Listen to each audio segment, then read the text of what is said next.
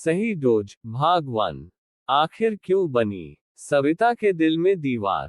दीवारें बन गई थीं। दिलों के भीतर बनी इन दीवारों के पीछे से घर का हर व्यक्ति एक दूसरे की हरकतों को देखता रहता था। सविता के दिल में दीवार की नींव तब पड़ी जब नवीन ने 1 साल पहले ही ब्याह कर आए अपनी पत्नी की सारी भारी भारी साड़ियां, डेकोरेशन पीसेस, चांदी के बर्तन सब उसको मना कर बहन की शादी में दे दिए थे। नवीन 2 बहनों का भाई था और अपनी जिम्मेदारियां संभालता था, पर सविता की भावनाओं की कद्र उसने नहीं की। यह सारा सामान सविता चाहे इस्तेमाल नहीं करती थी, पर माँ बाप की निशानी थी।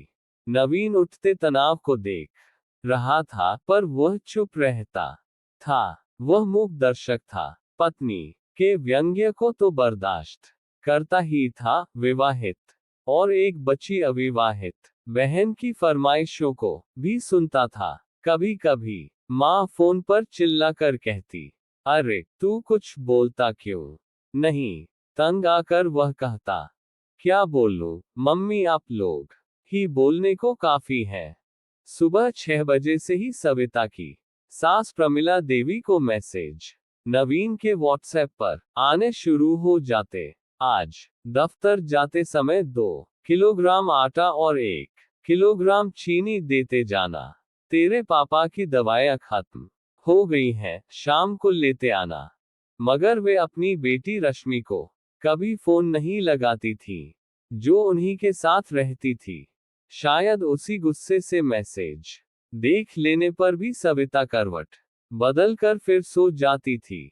मम्मी के मैसेजों की टिन-टिन आवाज से नींद नवीन की भी खुल जाती थी, पर वह भी चुपचाप लेटा रहता था। वह सविता को भी उठने को नहीं कहता था। उसके पापा नरेंद्रनाथ ने कभी चाय तक नहीं बनाई थी। जब से नवीन और सविता ने अलग रहना शुरू किया है, उन्हें काम के लिए न जाने कितनी बार रसोई के चक्कर लगाने पड़ते हैं।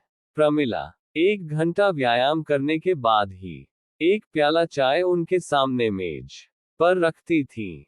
बेचारे चुपचाप उठाकर पीते।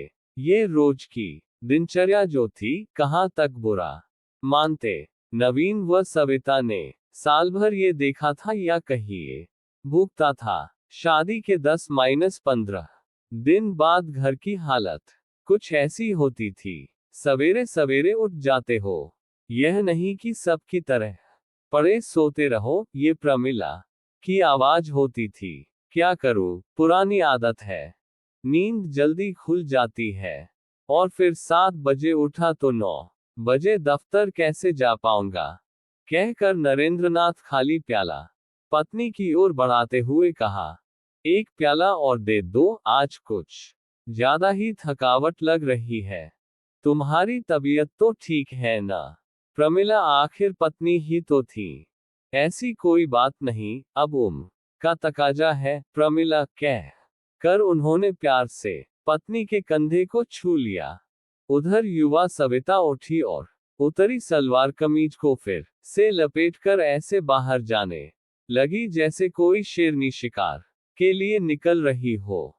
सविता, सुनो, नवीन ने कुछ कहना चाहा, पर वह बिना जवाब दिए ही तेजी से कमरे से बाहर निकल गई। शादी के सपने इतने जल्दी धुल जाएंगे, उसे उम्मीद नहीं थी। रोज की तरह रसोई में जा कर वह काम में जुट गई। नाश्ते से निपटने के बाद खाने की तैयारी शुरू हो गई। नरेंद्रनाथ बाहर का खाना नहीं खाते हैं, इसलिए पहले उनका ही डब्बा तैयार करके रख दिया गया। नवीन का दफ्तर पास ही है, इसलिए वह घर आकर खा लेता है। अगर किसी वजह से घर न आ सके तो कैंटीन में ही खा लेता है। अब तुम बोलो क्वीन, तुम्हारे डब्बे में क्या रख दूं? सविता ने अपनी नंद रश्मि से पूछा। कुछ भी रख दो भाभी, देर हो गई है। नहीं बना हो तो बिना लिए ही चली जाऊंगी। और हाँ भाभी, मुझे क्वीन तो नहीं कहो। बिना लिए क्यों जाएगी? क्या तेरी माँ मर गई है, प्रमिला दूर से अपनी बेटी की बात सुनकर बोली। रश्मि, अम्मां जी हजारों साल जिंदा रहे पर तुम्हारा खाने का डब्बा मुझे लगाना है, इसलिए जल्दी बोलो क्या चाहिए, सविता ने फुसफुसाकर रश्मि से कहा। सविता की आवाज की गर्मी से प्रमिला झलस कर रह गई। मैं तो इस घर में बस बाहर झोंक रही हूँ, सविता बड़बड़ा उठी। प्रमिला ने सुन लेने के बाद भी पूछा, क्या मुझसे कुछ कहा सविता? नहीं मम्मी, सवेरे देर से उठी थी इसलिए हनुमान चालीसा पढ़ रही हूँ। पढ़ो बहू, जरूर पढ़ो। अब जब से वे नए घर में शिफ्ट हुए हैं, प्रमिला को पता चल रहा है कि घर संभालना उम्र हो जाने के बाद कितना कठिन हो जाता है। अब सविता ने घर से निकलते हुए बैठक की ओर देखा। चारों तरफ चीजें ढंग से रखी थी। सास ससुर के घर में बाबूजी का आधा पड़ा अखबार कुर्सी पर चिड़िया की तरह अपने पंख फड़फड़ा रहा होता था। पैसले कालीन पर पड़ी होती। रश्मि की चप्पलें खाने की मेज के नीचे रखी होती थी। खाने की मेज पर जूठे बर्तन प्याले पड़े होते थे। प्रतिमा आराम से चौकी पर बैठकर अपनी टांगों में तेल की मालिश कर रही होती और ऊंचे स्वर में भक्ति गीत गा रही होती। हर सुबह सविता को यह दृश्य देखने को मिला करता।